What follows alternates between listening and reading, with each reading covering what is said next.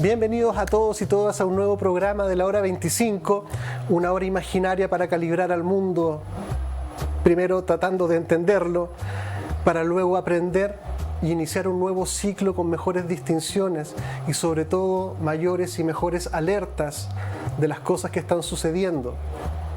Muchas de las cosas más riesgosas, más peligrosas y más dañinas que pueden estar sucediendo en el mundo operan lejos de la conciencia individual y lejos de la conciencia de los medios que operan como amplificadores o que hacen merma de las cosas y según conveniencia las cosas pueden ser muy grandes o pueden no existir. Hay un cuadrante muy peligroso que es el que está fuera de nuestra conciencia. Y este programa lo que busca es llevar incluso un poco de luz hacia allá para que podamos comprender que lo que está pasando en el mundo con la digitalización, con las guerras, con el poder, con el mundo financiero, con los reseteos, con las agendas, eso no es neutro y da para sospechar de muchas cosas. Y eso que valga de alerta para interiorizarse sobre aspectos relevantes del quehacer de nuestra vida, porque están pasando muchas cosas fuera de nuestra conciencia. Y si las seguimos manteniendo ahí, nunca podemos hacer algo bueno con ello, ni defendernos, ni protegernos, ni conservar nuestra libertad, ni nuestra soberanía, individual o como país. Y para hablar sobre algunos aspectos del mundo digital, sus componentes, sus riesgos, sus oportunidades, sus peligros, sus buenas prácticas, sus malas prácticas, tenemos de invitado a Christopher Montenegro. Bienvenido, Christopher, experto en ciberseguridad, magíster también en filosofía política. Sí. Es muy interesante esa hermandad entre ciberespacio y filosofía política. ¿Cómo estás, Christopher? Bien, muchas gracias. Bien, gracias Sebastián por la invitación también. Yo diría que experto soy en nada, pero pongo especialista, digamos, porque hay un nivel de conocimiento que está estandarizado y ahí cuando uno adquiere esa suerte, no sé, de certificaciones o cosas así, se pone ese título, pero no sé si me lo podría como autoadjudicar tan fácilmente. Digamos que algo sé sobre la materia. Digamos que sabes más que la media. Sí, digamos. Eso podría ser una buena ubicación en el... Una buena ubicación. ¿Por qué la mezcla? Porque yo tengo una carrera anterior que es teología y siempre las humanidades han sido un poco más lo mío que el mundo tecnológico, es el que me da de comer, más no el que me apasiona. Y ahí es cuando, bueno, en los meses de cuarentena, cuando empezó el tema del COVID, decido hacer un magíster en filosofía. Primero partí en la Hurtado y tuve un ramo de filosofía política que activó muchas cosas en mí. Ya decidí hacerlo específicamente en filosofía política y me cambié a una universidad en Europa. Así que, ¿qué me ha permitido eso? Me ha permitido hacer como varias reflexiones filosóficas sobre lo que está ocurriendo respecto al avance tecnológico y tecnología digital específicamente. ¿Podrías compartirnos algunas ideas, inquietudes, reflexiones de este encuentro entre filosofía política y mundo digital para introducir el tema y de ahí ir derivando? Algunas inquietudes. Bueno, yo tengo varias inquietudes, ciertamente, no sé si podría, o sea, me encantaría enumerarlas todas, pero creo que una de las grandes inquietudes que tengo tiene que ver con lo que, bueno, hasta ahora hemos conocido como democracia y hasta dónde podemos hablar de democracia en un mundo tan digitalizado y tan como es, bueno, digitalizado y al mismo tiempo ese poder digital entregado en tan pocos tecnócratas. O sea, uno de los ejemplos más claros de esto es el caso de Meta, que está Facebook, WhatsApp e Instagram, ¿cierto? Estas tres redes metidas en un solo paquete. Y a través de esa red tenemos desde gatitos, ¿cierto?, que aparecen comiendo comida o durmiendo o haciendo la mimisión, como dicen algunos. Yo a veces leo los memes, hasta temas políticos, se discuten temas políticos, temas económicos, un sinfín de cosas. La gente pone sus negocios hoy en día en estas plataformas. Entonces, bueno, ¿qué podemos decir desde la filosofía? Como qué pasa con los sesgos, por ejemplo, qué pasa con los algoritmos epistémicamente viciosos, qué pasa en la política con campañas teledirigidas, que existen las campañas teledirigidas. O sea, yo podría, ya ha pasado y tenemos antecedentes en Estados Unidos, la elección de Trump, ¿cierto? Está documentado, en donde hay personas que se sientan a hacer minería de datos respecto de preferencias y un montón de cosas que la gente va, pinchando, publicando y todo, y se le mandan campañas haciéndole creer, por ejemplo, que la figura Trump era un tipo que era amante de los animales. Yo la verdad no sé mucho de Trump y todo, pero no lo he estudiado a cabalidad a él como persona. Tampoco es que yo adhiera con Trump, ¿cierto? Yo siempre he sido una persona más de izquierda en la práctica y digamos que un pensador más anarquista filosóficamente hablando. Si es que me puedo autodenominar filósofo también, no lo creo, pero sí en lo que es como el hecho aficionado. Soy un filósofo aficionado, eso sí. Ahí hay un tema para mí súper peligroso, como chuta, este poder, ¿dónde está? ¿Quién lo tiene? O sea, ya ni siquiera realmente estamos votando por quién queríamos votar, o estamos votando en base a una serie de sesgos que nosotros mismos es como hemos creado al pinchar, cliquear y poner nuestra cara todos los días frente a un dispositivo que captura nuestros patrones. Tú sabes que la neurociencia se ha desarrollado mucho, hay patrones neuroconductuales y eso se va a bases de datos y es explotado. ¿Realmente estás eligiendo a tu candidato? Es una buena pregunta. ¿O te lo están eligiendo? ¿Quién te lo está eligiendo? ¿Alguien local? ¿El Estado mismo está jugando con eso? Hay tecnócratas, hay gente más poderosa en el mundo, que las corporaciones hoy en día tienen pretensiones, y las tecnológicas sobre todo, de competir básicamente con los estados. Hay una suerte de competencia entre las corporaciones y los estados. Entonces uno dice, bueno, ¿quién está eligiendo realmente? ¿Y quién arriba te está mandando eso? Yo veo amenazada completamente la libertad. Si es que podemos hablar de libertad, pero si ya teníamos un problema gigante con la libertad, ¿cierto? Y de hecho conceptualizarla también es súper complejo.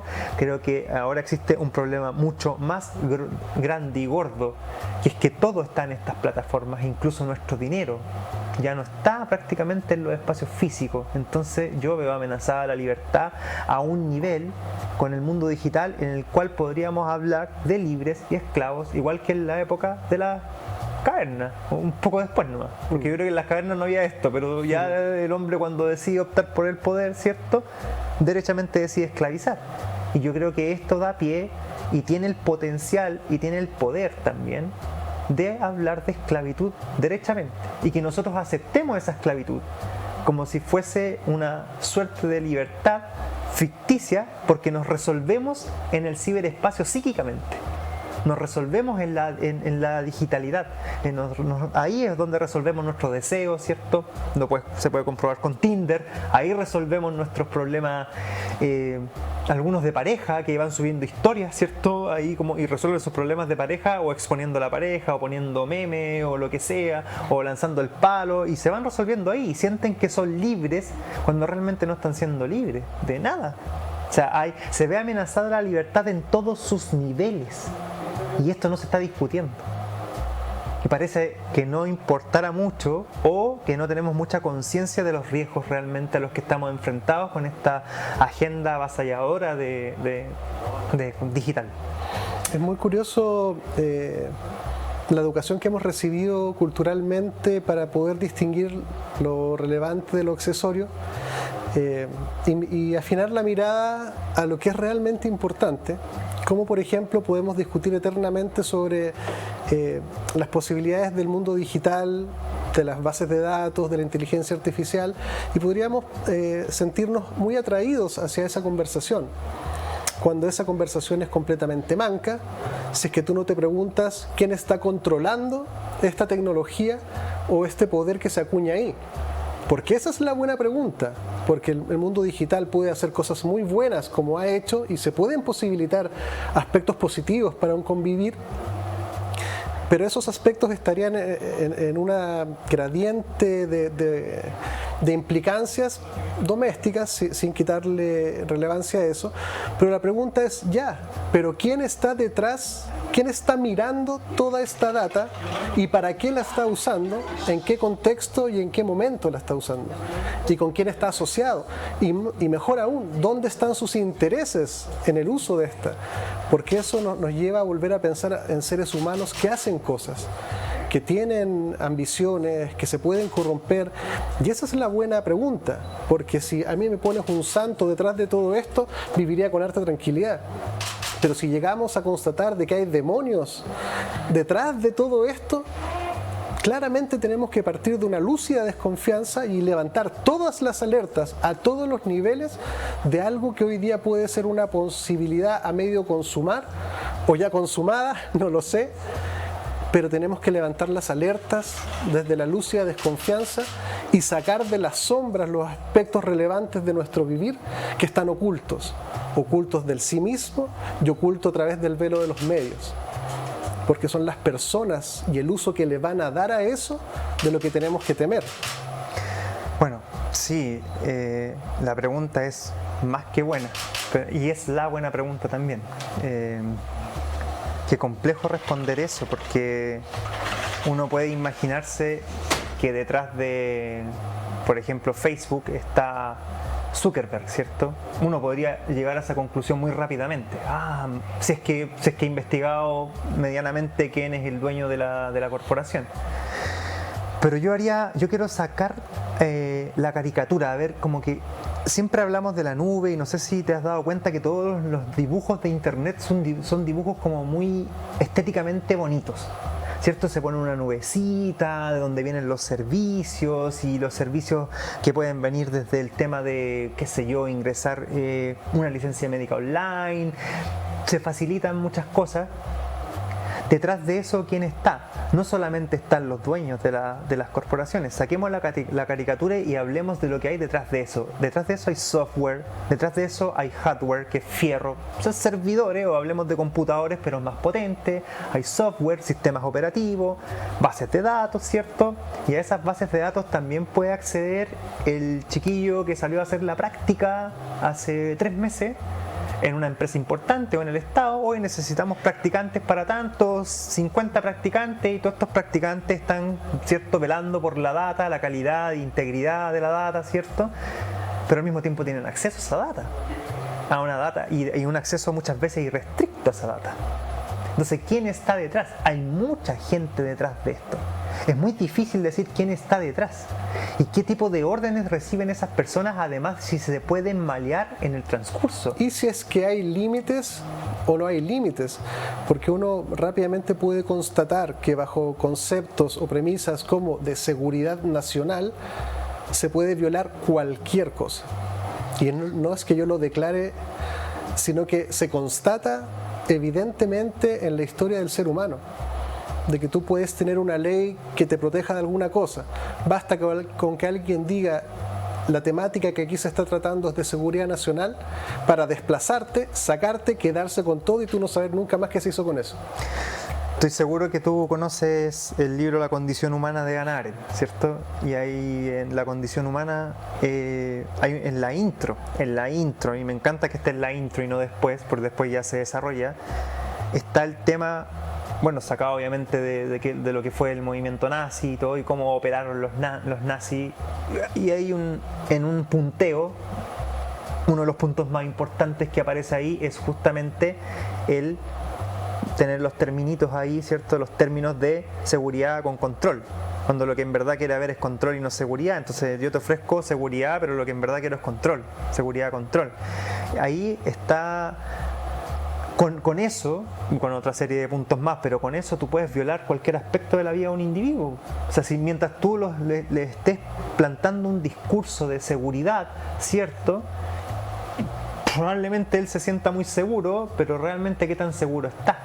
Y ahí se puede llegar a un extremo de la violación de la privacidad en todos sus niveles. Yo tengo un ejemplo muy claro para eso. O sea, hay un ejemplo que a mí a título personal me choca. Hoy en día existen un montón de plataformas y un montón de sistemas, pero hay un sistema particular que terminó como perturbándome, que fue con una persona conocida, una licencia psiquiátrica y el psiquiatra le dijo que se la iba a mandar por el sistema que está disponible. Y cuando le cae a él su licencia, le cae el correo desde el MinSal. O sea que el Estado hoy en día tiene la posibilidad de saber si un sujeto, un ciudadano consume psicotrópico. A mí eso me parece sumamente grave. ¿Por qué la licencia se va a un sistema? ¿Quién audita al MinSal? Si es parte de la estructura del Estado. ¿Quién audita al Estado? ¿Quién audita eso? Entonces, y ese es eso es un solo punto. O sea, nosotros sabemos que hubo un recogimiento de datos. Hay un escrito que te mandé, no sé si lo pudiste leer. Sí, leí todo lo que me enviaste. René Descartes contrajo coronavirus, en donde yo trato de hablar de las ideas claras y distintas en algo muy sintético, porque creo que son 5 o 6 slides de Instagram, pero de forma muy sintética trato de decir qué es lo que es claro y distinto. Claro y distinto, por ejemplo, es que comisaría virtual, bueno, la OMS pidió mucha trazabilidad, ¿cierto? Testear, trazar y aislar. Esa fue su seguridad, ¿cierto? Ahí está la seguridad. Para la seguridad de ustedes tenemos que hacer tal cosa. Y uno puede tener distintas posturas sobre el tema del COVID, si es que es una enfermedad instrumentalizada o si derechamente es intencionada, ¿cierto? Indistintamente si es instrumentalizada o intencionada, y en el caso de estar instrumentalizada sería de un origen natural y sería ya más pandemia y no tan pandemia, no sé. Yo quiero centrarme en el hecho de lo que pasa con comisaría virtual o pasó con comisaría virtual, que fue un recogimiento de datos y un censo increíble, que yo lo pongo ahí en mi idea clara y distinta. Yo no sé si realmente el sistema de comisaría virtual sirvió para testear, trazar y aislar a las personas para evitar los contagios. Eso no es claro y distinto. Pero en el cartesianismo sí sería claro y distinto que seguro que este es el mejor censo que ha tenido Chile. No solamente el mejor censo, tienes la dirección, tienes también la cantidad de personas, hasta los niños que había, y no solo eso, también tienes los motivos por los que salían, qué es lo que generalmente iban a hacer. Algunas personas quizás van a comprar 3 veces al supermercado en la semana, otros se desplazan al trabajo y tenían que sacar un permiso, ya sé dónde trabaja también. Entonces ya tienes la posibilidad de ver que ese sujeto trabaja en tal parte, tiene este horario, toma psicotrópico. ¿Qué otra cosa más tiene el Estado aparte de eso?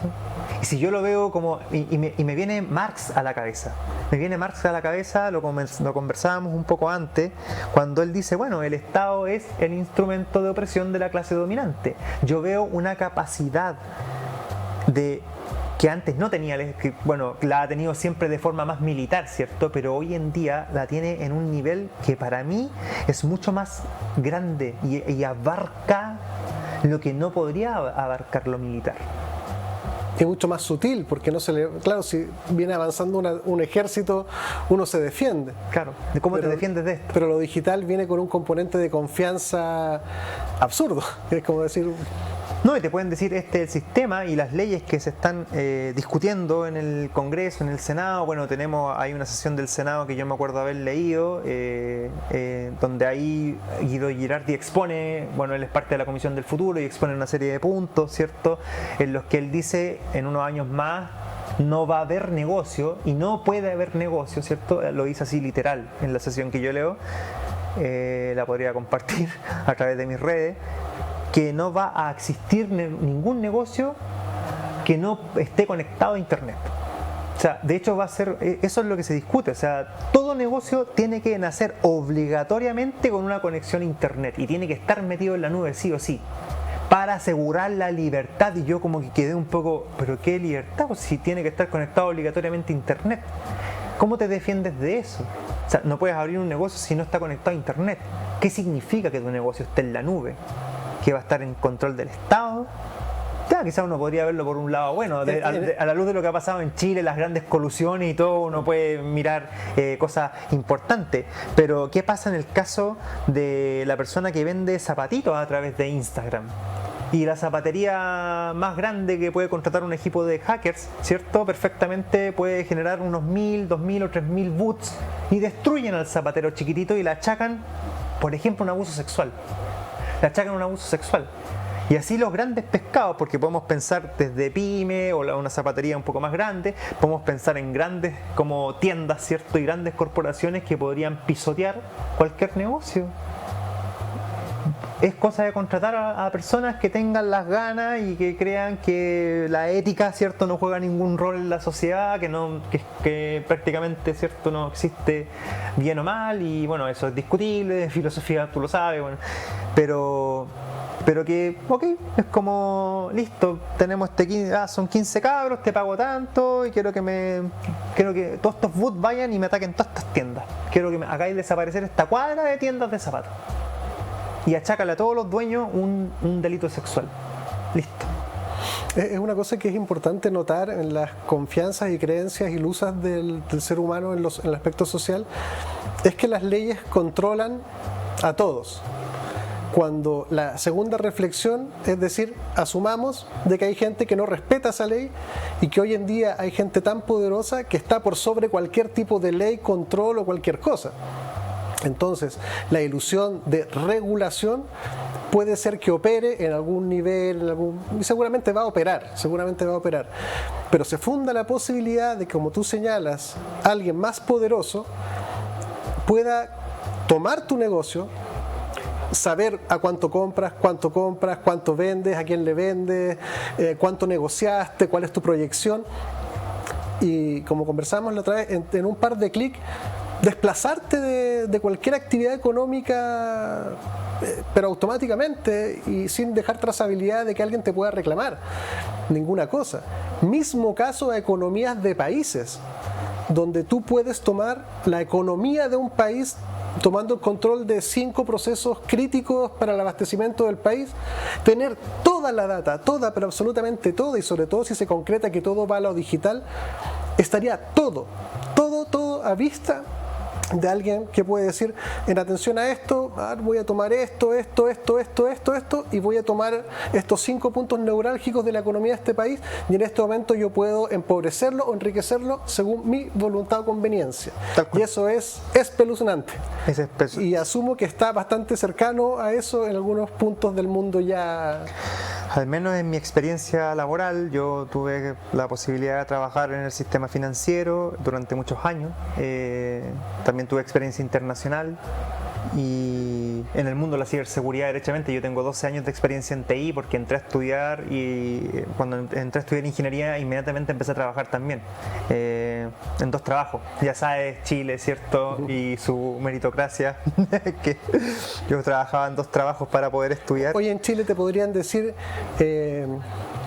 qué mal ciudadano eres, tenías 2 trabajos y gente no tiene ninguno. Claro. Eres un pésimo ciudadano, acaparas todo para ti, sí, y funarte. Y funarme por, funarte por eso. Sí, así de absurdo triste. Andan hoy en día las cosas. Como si fuera romántico tener 2 trabajos y dormir 3 horas para poder estudiar, y ciertamente subirte colado en la micro, porque yo me subía colado, disculpa que cuente un tema tan personal, pero me colaba en las micros para poder guardar mi plata, la plata que yo ganaba, y la Junaed, y pasársela a mi mamá y poder comprar gas, pagar la luz y todo, porque bueno, éramos pobres, pues. Entonces y yo también tenía conciencia de que estaba mi familia ahí y trataba de apañarla. Entonces, discúlpale ahí el término más vulgar, pero está bien, ¿cierto? Sí, me gusta relajarme un poco, es como apañar en estos temas, estar ahí con lo que ellos requerían. Entonces, bueno, trabajaba en estos 2 trabajos y ahora lo pensaba a la luz de lo que decías, pero es que se me vino otra cosa a la cabeza.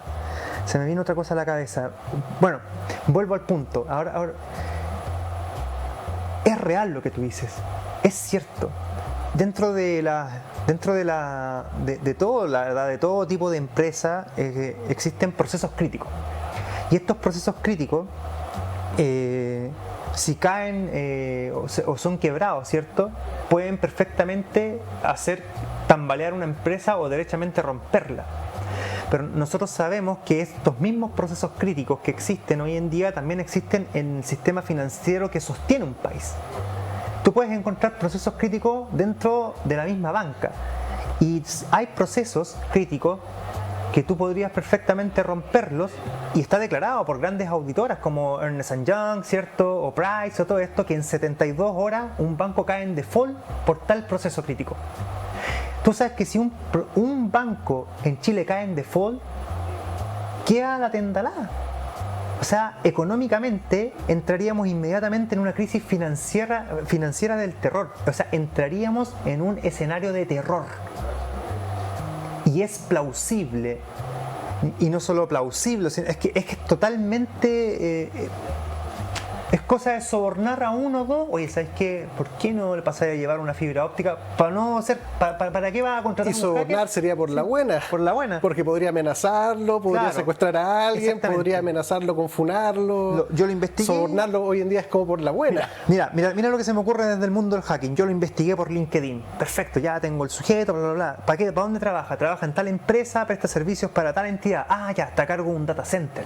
Ah, perfecto, está a cargo de un data center. ¿En qué horario? Está en horario tanto y todo. Entonces, y el tipo ya detalló su actividad en LinkedIn. Él dijo: yo trabajo en tanto, soporte tantos, mantenimiento de servidores, ¿cierto? Mantenimiento de switch, de firewall, de routers. Lo amenazo, tiene una hija, y lo amenazo. Oye, ¿sabes que si no pateáis la fibra de tal parte, o me la cortáis, mato a tu hija? Listo. Cosas que uno pudiera pensar, estáis viendo muchas películas. No. Pero oye, Es totalmente anda a plausible. mirar la realidad del mundo y te das cuenta que eso es una cosa insignificante para las magnitudes en las cuales se han cometido cosas, bombas nucleares. O sea, que tú digas: oye, pero voy a matar a... Oye, si han sido capaces de exterminar a razas, a naciones, bombas nucleares. No creo que esto quepa dentro de... Estáis viendo mucha televisión. No. Eso es lo mínimo que uno puede constatar en una evidencia lúcida de que eso sí pasa y está pasando. Yo he trabajado en data center, o sea, hubo un tiempo que trabajé para un partner que hacía proyectos de redes, y es que, en serio, era cosa de cortar 2 pelos de fibra óptica y el pelo de fibra óptica o sea, yo lo puedo cortar así más. Y eso puede como significar, ¿cierto? En algunos casos que se caiga como un vecindario, se quede sin internet, a significar, si es que no existen enlaces redundantes, ¿cierto? Y que haya todo un sistema robusto, lo cual no es tan así nunca en el mundo de la tecnología, hasta hacer que un país se quiebre o que se corte el agua potable de muchas ciudades. Y entramos en crisis y en pánico inmediatamente, lo que es muy conveniente. Entonces, quiero terminar esta idea, que son 2 segundos. Digo, en este momento estamos funcionando en base a puros consensos entre los tecnócratas. Los tecnócratas deben tener alguna suerte de ética de ellos, creo yo, que es como: no nos vamos a hacer daño. Pero la historia ha registrado que esta gente, que muchas veces tiene comportamiento y conductas psicopáticas, se empiezan a traicionar entre ellos después. ¿Y qué pasa cuando pase eso? O sea, vamos a dejar al mundo abajo. ¿De eso estamos hablando? Tenemos que ir a un pequeño spot comercial. Honestamente, si usted está escuchando esta conversación y se está angustiando un poco, sépase que se hizo con esa finalidad, y que encuentre quizá un poquitito de confort a sabiendas que mientras más personas estemos conscientes de los riesgos de la civilización, del mundo, algo florece en alguna posibilidad de pedirle a los congresistas, a los legisladores, a todos los que tengan algún rol social importante, porque si percibimos el riesgo, se funda la posibilidad de defenderse. Pero quien prefiera vivir como Matrix, desatendiendo aspectos importantes, no solamente, y aquí me voy a tirar la frase del Apocalipsis, no solamente está descuidando a la humanidad en este momento, sino que la puede estar condenando para siempre. Así de apocalíptico estamos en este capítulo. Denle una vueltecita mientras estamos en los spots comerciales y volveremos con más cosas que puedan seguir preocupándolo. Quédese con nosotros y volvemos.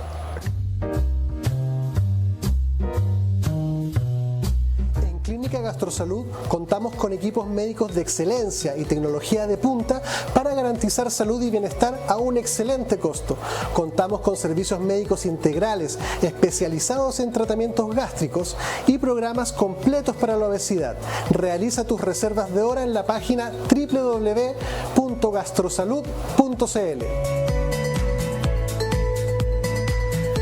En Clínica Apoquindo contamos con una infraestructura de primer nivel para ofrecer servicios de instalación de balón gástrico, pellet antialcohol, cirugías plásticas reconstructivas, cirugías estéticas, kinesiologías, psicología, psiquiatría, nutricionista. Visítanos en www.clinicapoquindospa.cl. Clínica Medical Home, líder a nivel nacional en hospitalización domiciliaria y servicios ambulatorios para pacientes agudos, subagudos y crónicos. Clínica Medical Home entrega a su disposición experiencia y trayectoria en salud a través de servicios especialmente pensados en las necesidades de cada persona, adaptando el concepto de comodidad a sus instalaciones y residencia mediante altos estándares de calidad. Visítanos en www.cmhchile.cl. Clínica Medical Home. En Logan Abogados contamos con profesionales altamente comprometidos con los intereses de nuestros clientes. Nuestro staff está capacitado para entregar mucho más que una asesoría integral y especializada, pues buscamos proporcionar la tranquilidad que sus intereses merecen y necesitan. Visítanos en www.logan-abogados.cl. En Clínica Nueva Costanera trabajamos día a día por tu salud y la de los tuyos. Contamos con una amplia trayectoria entregando salud y bienestar con servicios médicos integrales, gastroenterología, endoscopía, pellet antialcohol, programa de balón intragástrico, bioimpedenciometría, entre otras prestaciones. Visita nuestra página www.clinicasnuevacostanera.cl e infórmate de todas nuestras prestaciones.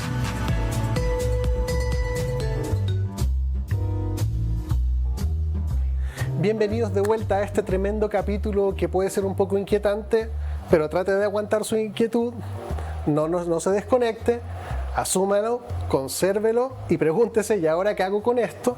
Porque es un tema que nos toca a todos, a los padres, a los compañeros, a las familias, a los políticos, al gobierno, a los religiosos. Son temáticas que son tremendamente estructurales a lo que va a devenir del mundo.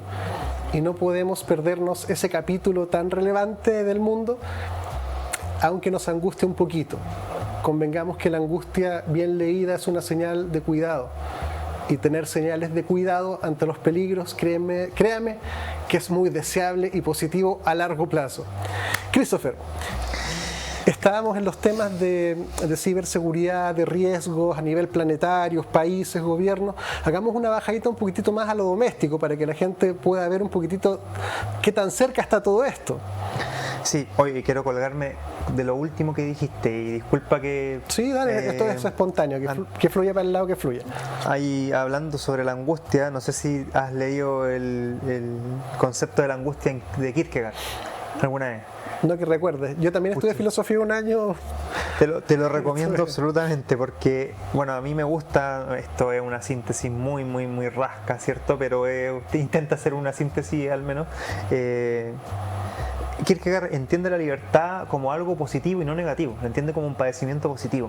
Y hay una razón por la que, porque él dice que la libertad no es ni estar parado como frente al barranco, ni estar cayendo en el barranco, sino que esta sensación de balanceo, como que uno y se angustia. Y en el fondo lo que viene a decirte esa angustia es que tú eres un ser humano libre, en el sentido de que puedes elegir. O sea, sabemos que la elección muchas veces puede tener consecuencias y todo. Yo podría ser incluso libre de salirme de este sistema por completo y comer piedra. Pero bueno, esa angustia trae ese recuerdo de que somos libres. O sea, somos seres humanos que tenemos la radicalidad de la libertad para elegir. Y lo que venga después de esas elecciones, eso ya es harina de otro costal, ciertamente. Ahí ya podríamos discutir si realmente somos libres, qué sé yo, en lo empírico, bla, bla, bla, pero al menos sí hay algo que pasa aquí. Entonces, retomando... déjame comentar eso que me parece importante, sí. También lo que te pareció importante, de que hemos perdido la capacidad de interpretar adecuadamente nuestro mundo intrapsíquico. Y hemos sido excesivamente castigadores con aspectos que son adaptativos, como la angustia, como el miedo, como el dolor, como muchos aspectos que socialmente hoy día están en la industria de los medicamentos, como que si del psiquismo hubiera que sacar aspectos porque molestan. cuando en realidad es el recordatorio y el llamado a la libertad de hacerte cargo de ellos. Por tanto, no podemos pretender que la solución sea meter debajo de la alfombra todo lo que me perturba o me inquieta. Porque esa placidez que deviene de eso es un olvido que quita de sentido a la vida, porque pierdes como el faro. Es como que tú vas apagando tus faros internos y te quedas solo con algunos. Entonces no puedes navegar, tienes que tener todos los faros prendidos, no solo algunos. Y estos de la angustia son alertas que tienen que ver con algo importante. No son para desecharlos, son para atenderlos. Exactamente. Y bueno, ahí cerrando un poco por mi lado y tratando de ir a lo que me planteaste y de aterrizar, ¿no es cierto?, ya en lo más cercano a nosotros y no hablar como de lo grande, del gran otro lacaniano prácticamente, ya como que el otro así como tecnócrata, sino que vamos al otro que tenemos al lado. Ciertamente lo que no, como mínimo, ¿cierto?, lo que desatendemos va a generar violencia en algún momento, incluso inconsciente. Si desatendemos estos miedos, si desatendemos estas angustias y todo, en algún momento vamos a ejercer ese tipo de violencia, incluso inconsciente, sobre un otro. Entonces ahí hay que tener mucho cuidado, no podemos dejar de mirar y creer que, tratar de meter debajo de la alfombra nuestros dolores, nuestros miedos, nuestras angustias, sino que tienen que ser atendidos, mirados, elaborados, integrados. Tienen un montón de cosas que tienen que pasar. Pero bueno, en lo más cercano, se me vienen varios ejemplos, lo más cercano. Yo creo que el mundo de la ciberseguridad es súper complejo. Hay ataques tan simples. De hecho, yo estoy ofreciendo un curso que estoy promocionando por mis redes sobre un poco para protegerse de estos ataques, pero lo que pueden ser capturas de contraseñas, ¿cierto? El desconocer si hay una red wifi o wifi, ¿no? Se me vino de España un poco la cosa, que realmente es un chico que está replicando una señal y en su computador está rastreando el tráfico y está tratando de sacar algún tipo de información en estas redes de metro. Hay muchas cosas que pueden pasar, desde que tú te conectes a una red wifi en un metro y aproveche un cabro de capturarte una conversación o capturarte ciertos datos bancarios, a pesar de que cuando se habla de tráfico SSL, disculpa el tecnicismo, pero de tráfico encriptado, hay técnicas que tienen los hackers para romper esas cosas o hacer un bypass de esas cosas, hacer un bypass de eso y lograr igual llevarte la data clara hacia tu computador y te puedes llevar perfectamente datos bancarios. Entonces hay peligros ahí. Hay peligros en el tema de gente que puede ser malintencionada. En el caso de los niños que conversábamos en la parte de Réclame, que una sola persona con malas intenciones puede ser muchas personas en el mundo digital. Y sobre todo si es una persona con conocimientos de hacking al medio intermedio. Muchas personas y muchas edades y muchas creencias y muchas razas. Y puede ser, exactamente, y de muchos países. Y de muchos equipos y de muchos gustos. Según y con muchas IPs distintas. Que coincidan mágicamente con los tuyos. Porque también existen técnicas para conectarte a través de VPNs en otros países y salir por una IP de Rusia, o por una IP de China, o por una IP de Ucrania, o por una IP de España, o por una IP de Argentina. Entonces todas esas cosas son muy posibles. Tú puedes despistar completamente al mundo de pericial, ¿cierto? En el caso de la PDI, que tiene un equipo de peritos informáticos, pues hay un montón de técnicas de ilusión de esas cosas. Y una persona con conocimiento intermedio y malas intenciones puede ser miles de personas en internet y no una. Y ahí es donde entran las preocupaciones, donde sobre todo en mi caso particular y en base también a mi biografía, hay aspectos biográficos míos que me hacen ser más sensible al tema con los niños. Me choca que exista esta posibilidad de que existan estos tipos de sujetos que puedan infiltrarse, ¿cierto?, en un juego que parece muy sano, en donde construyen casitas. Como Roblox, por ejemplo. Exactamente, como Roblox o en TikTok o por ahí. Y ese uno, que son miles en internet, y el niño o niña lo va a leer como miles y no como uno, y probablemente va a querer ser su amigo, su amiga, qué sé yo, pueda hacerle algún tipo de daño importante. Entonces, tenemos ese tipo de cosas, como ¿qué hay para eso?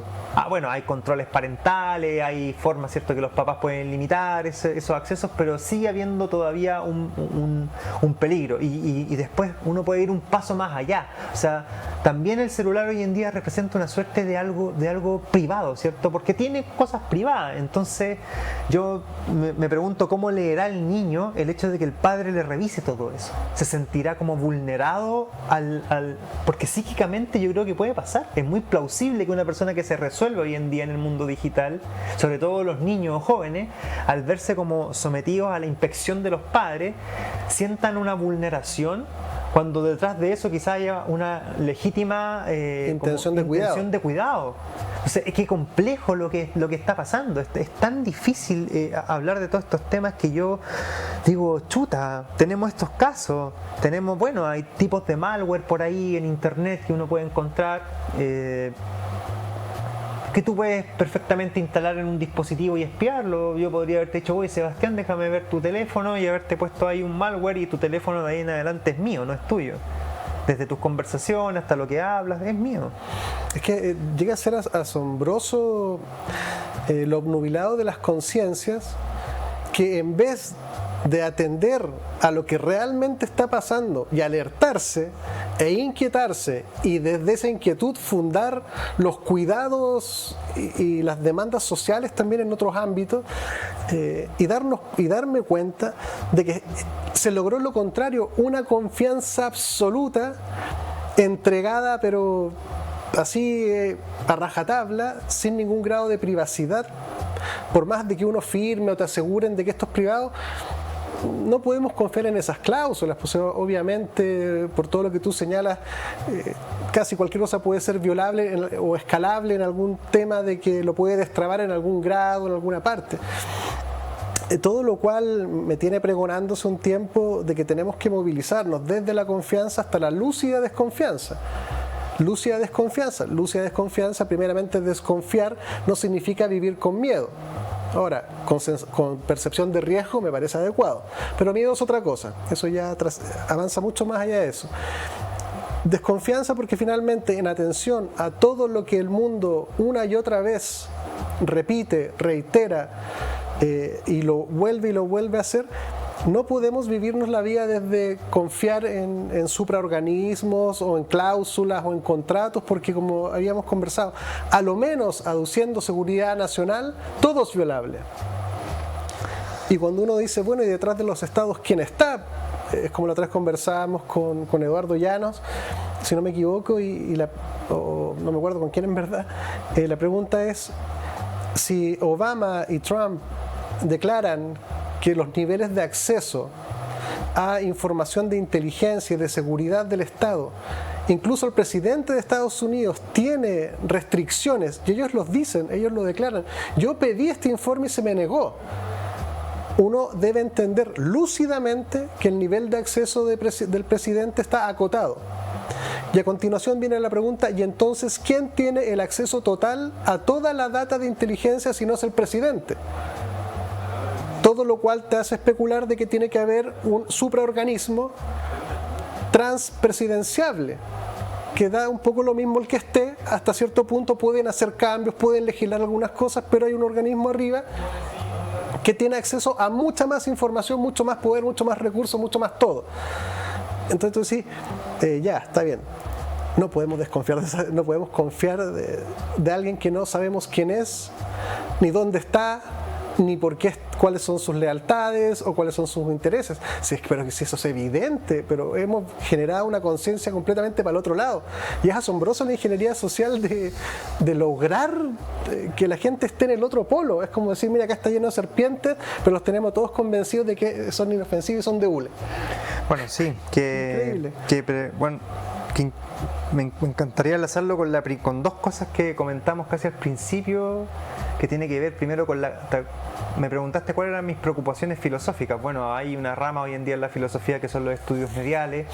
Yo, como cosas así al aire, sacaría, por ejemplo, los algoritmos epistémicamente viciosos, ¿cierto? Los mismos sesgos que se pueden generar, las campañas teledirigidas, por ejemplo. Bueno, la constituyente es un ejemplo, o sea, todo lo que está pasando comunicacionalmente en la convención es altamente preocupante. altamente preocupante y parece que a nadie le importa, porque aquí parece como que tú mientes, yo miento, entonces esto es justo. No puede ser que vivamos, todos observemos el nivel de descaro de las mentiras y todo, y no pase nada. Eso da cuenta eso es mucho más real de lo que es el mundo de cualquier otro cuento que te puedan contar. Bueno, sí, lamentablemente es así, y enlazo con lo que planteaste recién, o sea, hay un dueño último de la información, ¿cierto? Ya tenemos ese otro punto. Entonces, tenemos el punto de lo vicioso, de lo teledirigido, ¿cierto? El poder mandarle una campaña a una persona. Con la singularidad del Big Data. Y claro, con todo lo que implica la minería de datos, el Big Data, y mandarle con sus preferencias y todo, podemos identificar al sujeto con sus preferencias, y no tiene que haber uno para ese, sino que son los algoritmos, es la inteligencia artificial. Por otro lado, saquemos la caricatura. Evidentemente, todo sistema informático tiene bases de datos. Todo sistema informático tiene software y tiene hardware. Y en el software vas a encontrar lenguajes, códigos, ¿cierto? Y distintos programas, procesos. Y también vas a encontrar, por otro lado, motores de bases de datos. Ya puede ser Oracle, SQL, lo que tú quieras, de distintos sabores tiene. Pero en algún minuto hay alguien que tiene acceso a esa información de forma irrestricta. Eso es real. Alguien tiene que tenerla porque alguien mantiene esos sistemas. La nube que dibujan es muy caricaturesca, porque te hace pensar que las cosas están efectivamente en una nube que nadie puede llegar. Eso no es real. Eso no es real. En esa nube hay servidores y hay un último sujeto que puede perfectamente, en colusión con otras compañías, poder sesgar una campaña política completa de un país. Porque tiene esos datos. Hay alguien que tiene los datos de todo lo que tú miraste en Instagram, en Facebook y todo.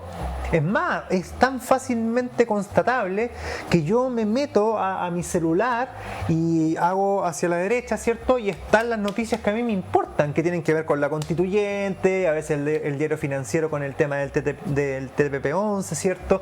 Y así me aparecen todos los temas políticos, que Soros hizo tal movimiento, que Bill Gates sacó tal tecnología, que salió tal ciberataque que nuevo, Elon Musk compró Twitter. Exactamente. Entonces, claro, pues ahí uno se da cuenta lo viciado que también termina uno. Entonces es como wow, o sea, hasta también puede pasar algo como lo siguiente, vinculándolo a la constituyente, querer distraer. O sea, entonces ¿sabes qué? Algo está pasando con la constituyente, y como tenemos este nivel de alcance que ya no solo está en los medios de comunicación oficiales, como los canales de televisión, me refiero específicamente que sin cable, ¿cierto? No, ahora tú puedes llegar al teléfono. Y ya no llegas al teléfono con la confianza si el comunicador es persuasivo o no es persuasivo, o es creíble o no es creíble. No, tú llegas al comunicador habiendo capturado datos neuroconductuales, habiendo capturado datos de preferencia, cookies, que son las galletas con las que se navega, fotos que sube, lugares a los que va a comer. Entonces le puedes mandar algo completamente dirigido a él. Y va a decir, oye, no, este compadre que en verdad yo intuía que era como bueno, no es tan bueno, y termine votando por quien realmente no quería votar, y puede nublarse completamente el juicio de una persona frente a esto. Entonces es realmente importante tomar conciencia de riesgo, y aquí me voy a lo que dijiste recién, es como las meditaciones metafísicas de René Descartes. Cualquier cosa que antes, o entidad o lo que sea, ¿no? Cualquier cosa o persona que te haya engañado, lo primero que tú tienes que hacer frente a eso es dudar. Eso es lo que uno hace, y ya hemos sido engañados por organismos internacionales antes, y eso hay evidencia por doquier. O sea, entonces, como no hemos sido engañados por Estados, sí, hemos sido engañados por corporaciones nacionales, sí, por internacionales también, hemos sido engañados por organismos también, o sea, hemos sido engañados por industrias grandes también, hemos sido engañados entonces, ¿cuál es la razón que hoy en día tendríamos frente a este escenario, que es mucho más riesgoso que los anteriores, para partir creyendo? Cuando lo que deberíamos hacer es partir dudando y con mucha más precaución que antes, porque esta gente hoy en día tiene mucha más información de uno de la que tenía hasta ahora. Entonces es delicado, el tema es súper delicado y para mí el cartesianismo aquí adquiere como su relevancia, y me acuerdo del ensayo de Sartre cuando habla también de la libertad, que al final solo la duda metódica es realmente una forma de vivir libre. La duda metódica es la única forma de vivir libre. Como el ensayo que hace de René Descartes, ¿cierto? Específicamente del método del ¿cómo se llama? De las meditaciones metafísicas. Entonces, bueno, es complejo, ¿no? Yo encuentro que es complejo de tratar. A mí, mi idea, ¿no? Sí es asustar en cierto sentido, pero también es concientizar, ¿cierto? Creo que una de las cosas más importantes que hoy en día deberíamos tener en cuenta es hacer conciencia, es sensibilizar a la población de los riesgos que tienen desde el vecino que está al lado, que puede ser un niño de 15 años que se ve un video en YouTube de cómo hackear una red Wi-Fi, hasta una corporación que puede quebrar un país o varios países completos con lo que existe hoy en día. Estamos en ese nivel. Pero al mismo tiempo pasa otra cosa. Hay un fenómeno muy, muy, muy interesante que yo creo que sobre todo te va a interesar. ¿Qué pasa con Foucault? ¿Qué pasa con esta sensación de vigilancia, con el panóptico? Porque si antes estábamos vigilados y se había logrado como cierto esa como reproducción hacia abajo, hoy en día el panóptico es tu vecino. Yo soy el tuyo y tú eres el mío, prácticamente. Yo me pregunto, como qué puede pasar a nivel psicológico y a nivel del psiquismo colectivo, por ejemplo, cuando empieza a estallar la psique. Porque no sabe de dónde viene la vigilancia, está todo el rato así alerta. Y si me funa tal persona, porque cualquiera te puede funar hoy en día. ¿Y cuánto se demora un tribunal, por ejemplo, en decir no, esto es mentira? ¿Y cuánto también se demora esa persona en poder difundir que el tribunal falló a su favor? ¿Pasarán unos 5 años, 6 años? ¿Y va a estar 6 años esa persona sin poder, por ejemplo, relacionarse, encontrar trabajo, solo porque a alguien se le ocurrió funarla? ¿Quién controla eso? ¿Qué hacemos? ¿Podemos esperar 2 o 3 años un tribunal para que esa persona pueda retomar su vida social?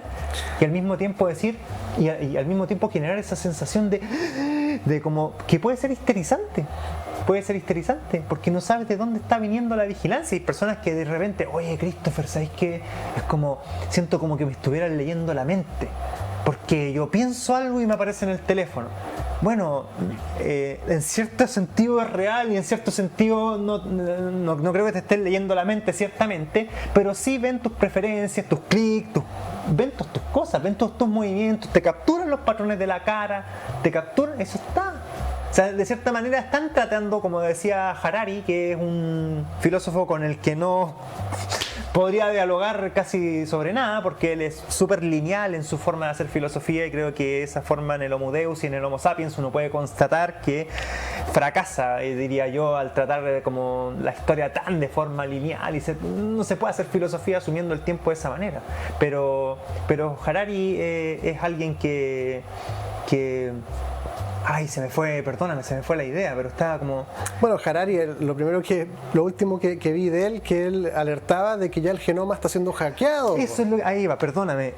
Te leí la mente. Eso, me leíste la mente. Aquí el Big Data me dijo, sí, estaba pensando en esto, se me olvidó. Y sin celular. Claro, Harari publicó hace un rato en un diario, creo que un diario español, El País, si no recuerdo, como las corporaciones están buscando hackear la mente del individuo. Eso es real. Entonces, claro, como me preguntan, oye, ¿me estás leyendo la mente? Pucha, en cierto sentido sí, compadre. En cierto sentido sí te están tratando de hackear la cabeza, y en cierto sentido sí lo están logrando. Entonces, eso es como, es wow. Aterrador. Sí, aterrador. Elon Musk, yo vi hace poquito el pedazo de la declaración de él, no sé cuándo la hizo, pero él decía, mira, podemos temer a las guerras nucleares, pero la inteligencia artificial es lo que debiera tenernos, no sé, aterrados. Porque la inteligencia artificial como sistema no puede ser catalogado como bueno o malo. Lo que tiene que ser catalogado y a donde tenemos que mirar son a las corporaciones y los dueños de las corporaciones. Porque solo de esa trazabilidad uno diría, oye, esto es un psicópata, esto es una persona normal. esto va a fundar posibilidades, va a ser muy vendible todo esto. Como la otra vez conversábamos, oye, incluso los médicos pueden quedar obsoletos en algún momento si es que finalmente yo pongo la huella acá y el teléfono me dice tiene el azúcar esto, o está esto, o noto que, y puedo tener un médico que está registrando mis parámetros y la pupila la tienes dilatada, tu ritmo cardíaco está acelerado, peligro de infarto. Y tú decís, oye, qué positivo eso, va a ser súper bueno en la salud.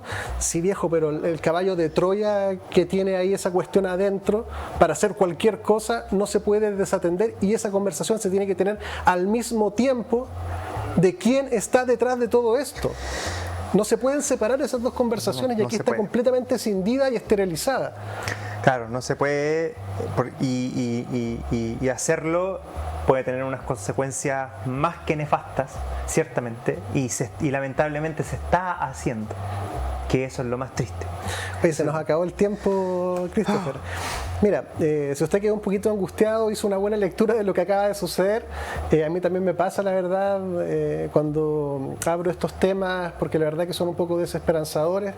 Pensar que uno como un individuo solo no tiene un valor relativo para alguien que pueda querer hacer otra cosa. Somos absolutamente prescindibles, en cualquier grado, según intereses de seguridad nacional o cualquier cosa posible, pero creo que la única esperanza, o de las pocas alternativas que tenemos, es hacer conciencia social y apelar a la conciencia social tal cual hoy en día se empujan minorías, qué sé yo, vociferantes. Debiéramos tener un activismo también de esto. Por eso caí en el activismo de las comprensiones, porque hay cosas que son tremendamente peligrosas y que están pasando muy coladas, fuera de los ojos de los medios convenientemente y fuera de la conciencia de sí mismo, con lo cual no hay ninguna posibilidad de cuidarse. Y creo que ese es el punto central de esta conversación antes de entrar a miles de casuísticas. Sí, ciertamente sí. Ciertamente sí, hay que poner mucho ojo en lo que está sucediendo. Yo no sabría con qué cerrar este programa, la verdad, porque igual tocamos varias cosas, pero sí diría una cosa, o dos quizá. La primera es que es hora de tomárselo en serio, y muy en serio. Es la hora 25. Es la hora 25, así que por favor reproducir y reproducir y reproducir, ¿cierto? Por ejemplo, este tipo de conversaciones. Me están diciendo que corte esto ya. Y la segunda es que hay que entrar ya a meterse, a tratarlo de forma política. Ya se acabó el tiempo para no meterse a la discusión política. Tiene que entrar en la política y tenemos que entrar en la política, sí o sí. Muy bien, las comprensiones tienen que tener manifestación política para que las cosas sucedan de una forma y no de otra, y que sean nuestra propia seguridad, soberanía y libertad la que también sea resguardada de estos caballos de Troya que entran con puro bienestar y por dentro quién sabe quién está y qué busca. Inquietos sueños para todos, buenas noches, y los veo en el próximo capítulo para seguir buscando las mejores comprensiones. Muchas gracias, Christopher. Gracias, Sebastián, te pasaste, muchas gracias.